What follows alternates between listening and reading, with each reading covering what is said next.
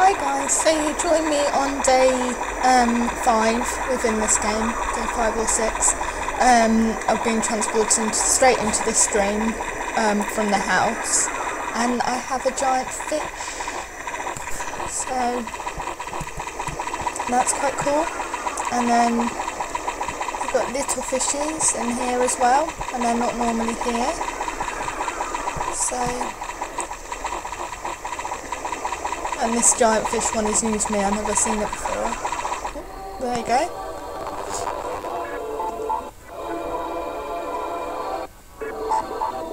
I'm starting to like this game increasingly. It does seem a bit ahead of its time, the fact that it can create these recognisable sort of landscapes but have something different in them each time.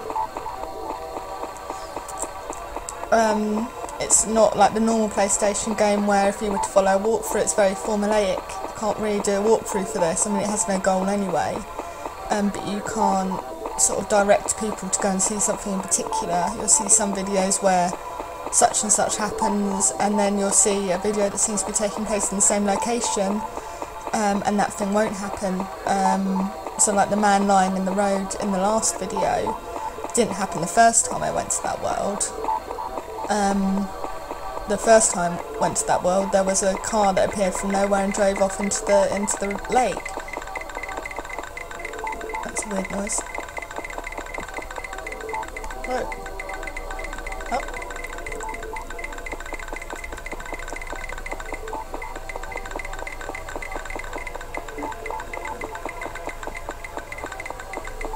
And I think it's also sort of weird that you can't interact, and that obviously they just disappear. It's a little strange as well, but it's weird you can't interact, and that makes it almost more creepy.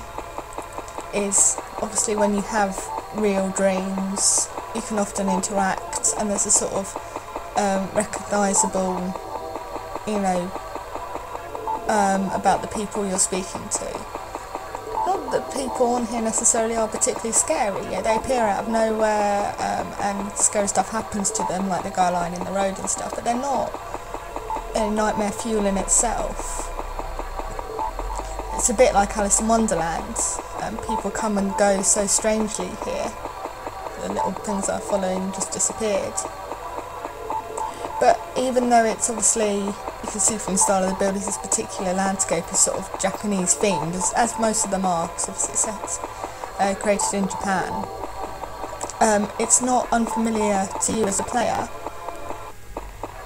and the ceilings being low creates this weird thing of claustrophobia, which I think is quite effective considering how open the landscapes look to be. You look like you could walk for miles and never get anywhere, but then as soon as you go in a building you feel really closed in. Let's see if there's anything interesting for me to walk into. Just walk into a wall and transport myself, I think. I mean, that's another good thing, because you can always transport yourself to other places. Oh, I didn't mean to do that one, but that's fine. And you can do it as many times as you like. So this is the downstairs. Oh, that's really weird. I'm not sure I like those. That's a bit more creepy. Run, face man, run! It's chasing the scenarios. Yes, that bit I was coming out of there. Ooh, that's creepy. That looks like a bar. Is actually the bottom floor of the house where you originally start. So sometimes it does sort of send you back to the beginning. Horses.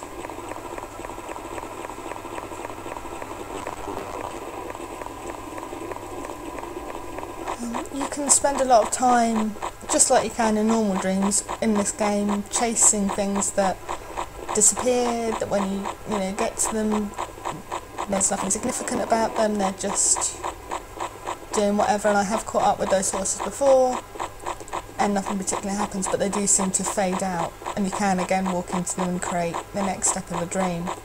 Now these are the cliffs, there's lots of them around, but these are the ones you can fall off and wake yourself up. So if you're really bored of a dream, or you just sort of want to finish and save, you can chuck yourself off the cliff and then you'll wake up. Because they do say in real life that if you don't wake up, if you dream about falling and you don't wake up in time, you will die. And the sort of backbone of this is people died in their sleep, they haven't been able to tell us what they were dreaming, and you know, it's a mixture of sort of superstition and urban legend and possible truth. Like that weird thing when you're falling asleep and you have like a mini dream and you sort of jerk yourself awake, and people say if you don't jerk yourself awake in time in those mini dreams as well, even though you're conscious that you're dreaming, you may die. So it's quite an interesting concept.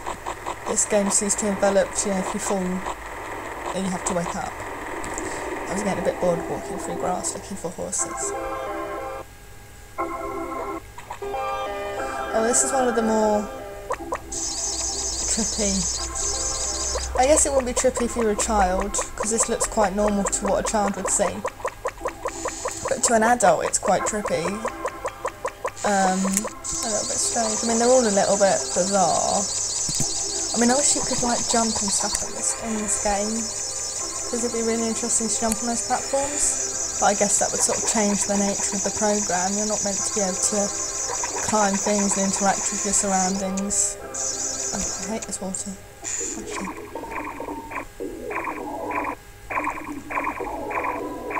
When you can hear sounds like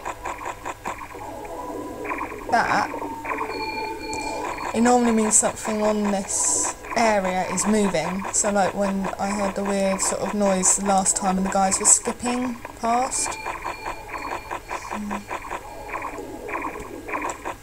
But the trouble is, I think if you don't see whatever it is in time, it'll keep playing in the background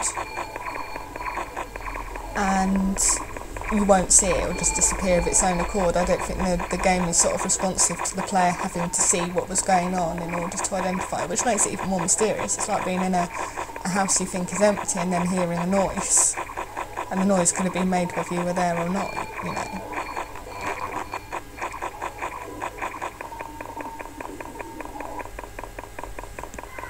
And that feet noise just continues even if you stop pressing the up button, which is almost a little bit creepy in itself. This game does really make you feel like you don't have much control over it. I'm back on the... Oh no, I'm somewhere a little bit different. So this is a grassy plain that leads to the desert with the signposts that I've seen before.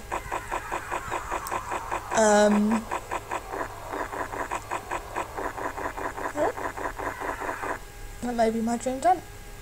That's my dream done, so it's heading quite towards the upper, which is quite nice, despite the scary faces. I wish I knew a bit more about the game and what they base the sort of upper downer on. Can you get to something ultimate upper? Is it a weird sort of paradise? Is the ultimate downer death, torture? I'm not quite sure. Okay, so I've got enough time just to start another game here. Try not to leave you mid-dream. It takes so long to upload that I play the game whilst I'm waiting for this to upload. I don't really want people to be sort of missing out on areas, and also I want it for my own records about what I've seen. After a few dreams or a few days you do get a flashback mode, which allows you to visit dreams you've had, so you can really see things, which is nice, but it takes a little while to get there.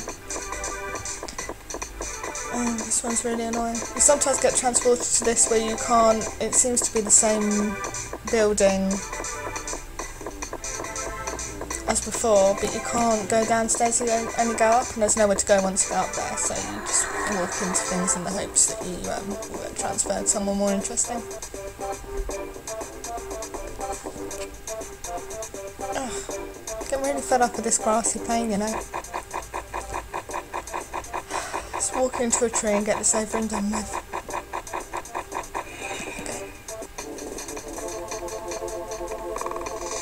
Music on this is very bizarre, so no rhythm to it. This one's, I actually prefer the city sort of ones to the grassy plain ones because there's a bit more structure and a bit more to see. I've been to this one a couple of times now. This is the same, if not the same area, the same sort of area as where we saw the guy on the road before, and this is where I've seen a car going to a lake, and I've seen a couple of other videos where there was a woman hanging from a lamppost. So I wanted to go over there. There's something interesting looking over there. So that was approaching on a bad dream, I guess. I don't really understand the static and dynamic. I mean, if anybody knows any more about this game in regards to that particular menu, I'd be quite grateful to know, because I know it's the sort of dream-based game is going to have a certain lack of logic. But it's always nice to know what is kind of going on. Been here a couple of times. It's another sort of bear plane where things sometimes happen and sometimes don't. I almost feel a little bit wary, like there could be something behind you all the time. Hasn't been so far. I don't think there would be anything that sneaks up on you, because you're not necessarily going to turn around. No man really wants you to see what's in front. Where should I go? Let's go over here. I mean, they look endless, but they have boundaries, which I guess is somewhat normal in dreams. I really like the sun.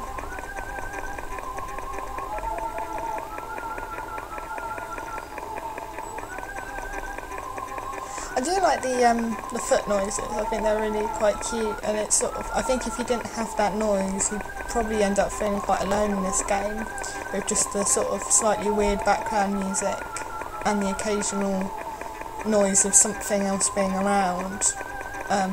The foot noise is quite reassuring, considering you're not introduced to a character. Presumably this is meant to be you and you dreaming. Oh yeah, I remember this one.